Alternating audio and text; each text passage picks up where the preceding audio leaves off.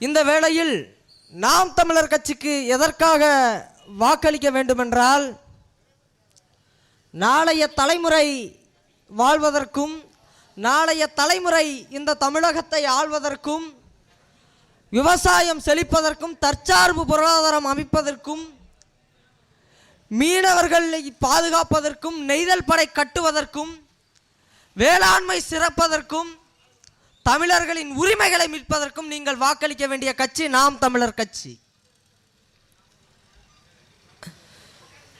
தற்சார்பு பொருளாதாரத்தை முன்வைத்து நாம் தமிழர் கட்சி 16 ஆண்டு காலமாக பயணித்து வருகிறது.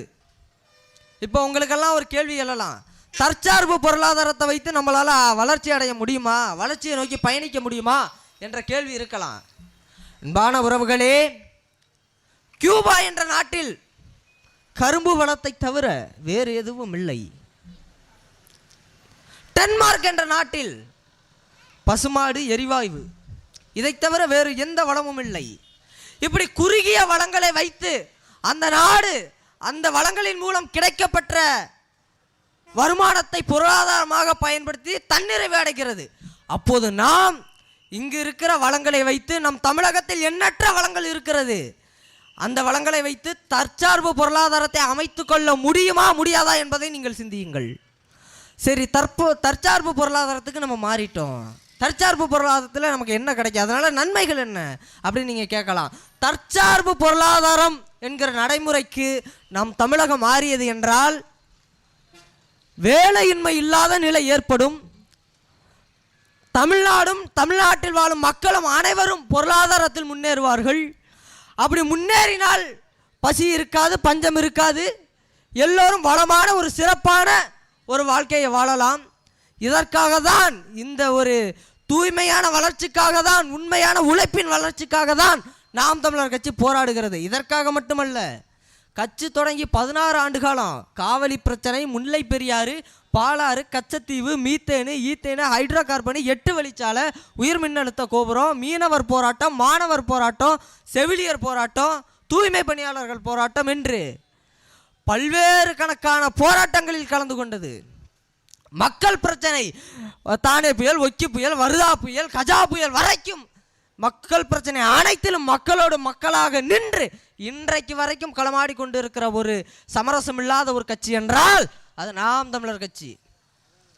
அன்பான உறவுகளே, நீங்கள் பரம்பரை திமுக வேணாலும் இருங்கள், பரம்பரை அதிமுகவாக இருங்கள், ஆனால் ஒரு முறை நாம் தமிழர் கட்சிக்கு வாக்களிங்கள். நாம் தமிழர் கட்சிக்கு வாக்களிப்பது என்பது நாளைய தலைமுறைக்கு வாழ்வதற்கு சமம்.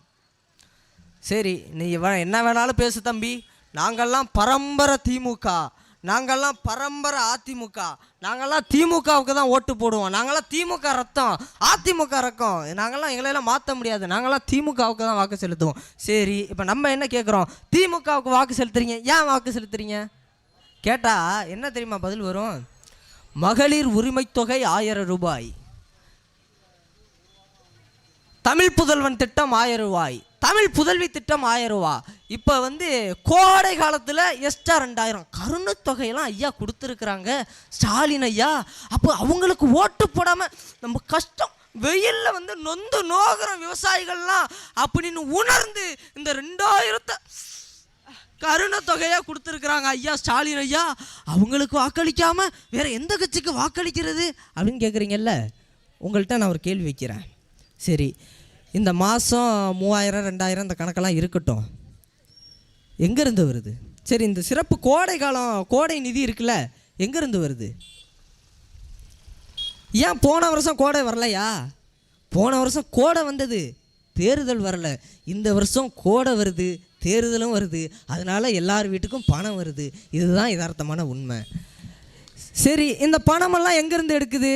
இந்த 5 ஆண்டுகளில் இந்த திமுக அரசு பதவி ஏற்று இந்த அமைச்சர் பெருமக்கள் ஐயா ஸ்டாலின் எல்லாரும் தன்னுடைய சம்பளத்தில் இருந்து சேர்த்து வச்சு, ஆகா 2026 வெயில் சுட்டரிக்க போகுது, எல்லா மக்களும் கஷ்டப்படுறாங்க, அவங்களுக்கு இந்த பணத்தை கொடுப்போன்னு சொல்லி கொடுக்குறாங்களா? சம்பளத்திலிருந்து மலையை சுரண்டி, மணலை விற்று, நீர்நிலைகளை ஆக்கிரமித்து, இதிலிருந்து கிடைக்கப்பட்ட வருமானத்தை தேர்தல் கண்துடைப்பிற்காக வழங்குகிறது இந்த திமுக திராவிட அரசு. மறக்க முடியுமா? மழை தானே போயிட்டு போகுது, மண்ணு தானே போயிட்டு போகுது, நமக்கு தான் காசு வருது அப்படின்னு நினைக்கிறீங்களா? அன்பான உறவுகளே, ஒன்று நல்லா தெரிஞ்சுக்குங்க. மழை இல்லை என்றால் மரம் இல்லை, மரம் இல்லை என்றால் மழை இல்லை, மழை இல்லை என்றால் நீர் இல்லை, நீர் இல்லை என்றால் சோறு இல்லை, சோறு இல்லை என்றால் உயிர் இல்லை, உயிர் இல்லை என்றால் உலகில்லை.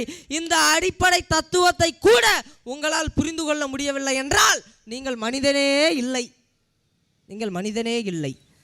சரிப்பா தம்பி, நீ சொன்னோன்னே எங்களுக்கு ஞான உதயம் வந்துருச்சு. நாங்கள் திமுகவுக்கு என்னமோ வாக்கு செலுத்த மாட்டோம், அதிமுகவுக்கு வாக்கு செலுத்தலாமா?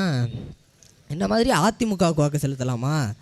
அன்பான உறவுகளே, திமுகவும் அதிமுகவும் ஒன்று. இது அறியாதவங்க கையில் மண்ணு, வேற ஒன்றும் இல்லை. திமுக அதிமுக ஒரே குட்டையில் ஊறிய மட்டை என்கிறார் ஐயா காமராசு அவர்கள். ரெண்டு பேரும் ஒன்று தான்.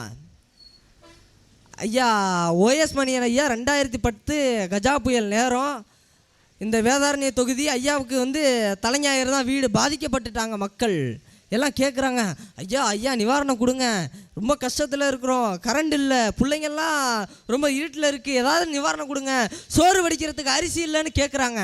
ஐயா என்ன தெரியுமா பண்ணார்? கில்லி படத்தில் ஒரு பாட்டு வரும்ல, அர்ஜுனர் வில்லு ஹரிச்சந்திர விசுல்லு இவனோட தில்லு பொய்க்காது, செவுரி ஏதி குதிச்சு பைக்கில் அப்படியே சேஸ் பண்ணி போகிறாரு. அதை பிடிச்சி அடிச்சிட்டாங்க. இந்த வருமானத்தை நீ அமைச்சர் தானே, உங்ககிட்ட நிவாரணம் கேட்ட மக்களை வழக்கு போட்டு இன்றைக்கு வரைக்கும் முடக்கி இருக்கிறதா ஐயா ஓஎஸ் மணியன் அவர்கள். திமுகவும் அதிமுகவும் ஒன்று.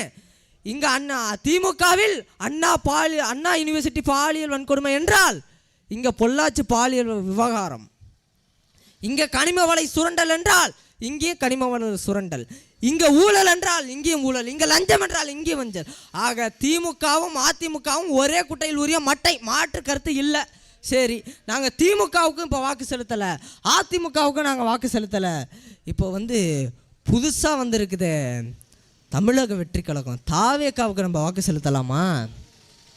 தாவேக்கா திராவிடமாவது இந்த திராவிட கட்சிகள் கூட ஏதாவது ஒரு நிலைப்பாட்டை வைத்து, திராவிடம் என்பது ஒரு சித்தாந்தத்தை பின்பற்றி இந்த 60 ஆண்டு காலம் இந்த மண்ணில் நகர்ந்து வருகிறது.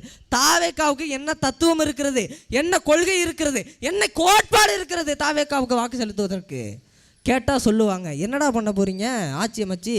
நல்லது பண்ண போகிறோம். என்னடா அதாண்டா என்ன நல்லதுடா பண்ண போகிறீங்க? அதெல்லாம் தெரியாது, நல்லது பண்ண போகிறோம். எப்பா சாமி இங்கே வாயேன், நாம் தமிழர் கட்சி நாங்கள் ஆட்சி இந்த 2026 ஜெயித்ததுக்கப்புறம் நாங்கள் என்ன பண்ணுவோன்னா, விவசாய அரசு பணி, ஆடு மாடு தொழில் அரசு பணியாக ஆக்கப்படும், நெய்தல் படை கட்டுவோம், பசி பஞ்சம் ஊழல் லஞ்சம் கொலை கொள்ளை சாதிய இழிவு தீண்டாமை அடக்குமுறை ஒடுக்குமுறை பெண்ணிய அடிமைத்தனம் மத போதை இது ஏதுமற்ற ஒரு தூய தேசம் படைப்போம். கல்விக்கேற்ற வேலை வேலைக்கேற்ற சம்பளம் அதை கொண்டு வாழும் பெருமை மிக்க வாழ்வு, பயணிக்க சரியான பாதை, தூய குடிநீர், வீடற்ற குடிகள் இல்லை என்ற நிலை உருவாக்குவது, இதுதான் எங்கள் அடிப்படை அஜெண்டா. நீங்கள் என்ன செய்வீங்கடான்னு கேட்டால் நல்லது செய்வோம், நல்லது தான் செய்வோம் அப்படின்னு சொல்கிறோம். சரி, ஒன்ட்ட இதுக்கு மேலே பேசி என்ன ஒன்றும் பண்ண முடியாதுன்னு புரிஞ்சுக்கிட்டு, சரிடா நீங்கள் மாற்று கட்சின்னு சொல்கிறீங்களே, எந்த விதத்தில் மாற்று கட்சின்னு ஒப்பிட்டு பார்த்தா, உண்மையாலுமே சொல்கிறேன், இங்கே அண்ணன் மாநில கொள்கை பரப்பு செயலாளர்லாம் வந்திருக்காங்க, அடுத்து எங்கள் அண்ணன் கோகுல் பாண்டியா பேச போகிறான், நான் டெபிட் வேணாலும் வைக்கிறேன், திமுகவுக்கும் அதிமுகவுக்கும் மாற்று தாவேக்கா தான், உண்மையாக தாவேக்கா தான். என்ன மாற்றுன்னு கேட்க மாட்டீங்களே, திமுக அதிமுக இங்கே ஓட்டுக்கு பணம் கொடுக்கும், தாவேக்கா இங்கே ஓட்டுக்கு பூசு கொடுக்கும். ஏன்டா பூசு குடிக்கிறீங்கன்னு கேட்டால், இந்த கரூர் பிரச்சனை மாதிரி ஏதாவது ஒரு பிரச்சனை வந்துட்டுனா ஆச்சு கூச்சு சந்தன பொட்டாச்சு இருளாண்டி மோருன்னு ஓடுறதுக்கு நாங்கள் பூசு கொடுக்குறோண்டா. சரிடா, செம்படம் எதுக்குடா கொடுக்குறீங்க? அரிசி கொட்டி வைக்க. என்ன மாதிரியான அரசியல்ரா இது? அவங்க பணம் கொடுக்குறாங்க, நீங்கள் டப்பா கொடுக்குறீங்க. இது என்ன, இதுதான் மாற்று அரசியலா? நாம் தமிழர் கட்சி நேரடியாக இலவசத்தை எதிர்க்கிறோம்.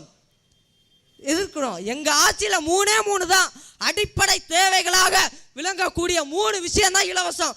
தூய்மையான குடிநீர், அடிப்படை கல்வி வரை ஆராய்ச்சி கல்வி வரைக்கும் நாங்கள் இலவசமாக கொடுப்போம்.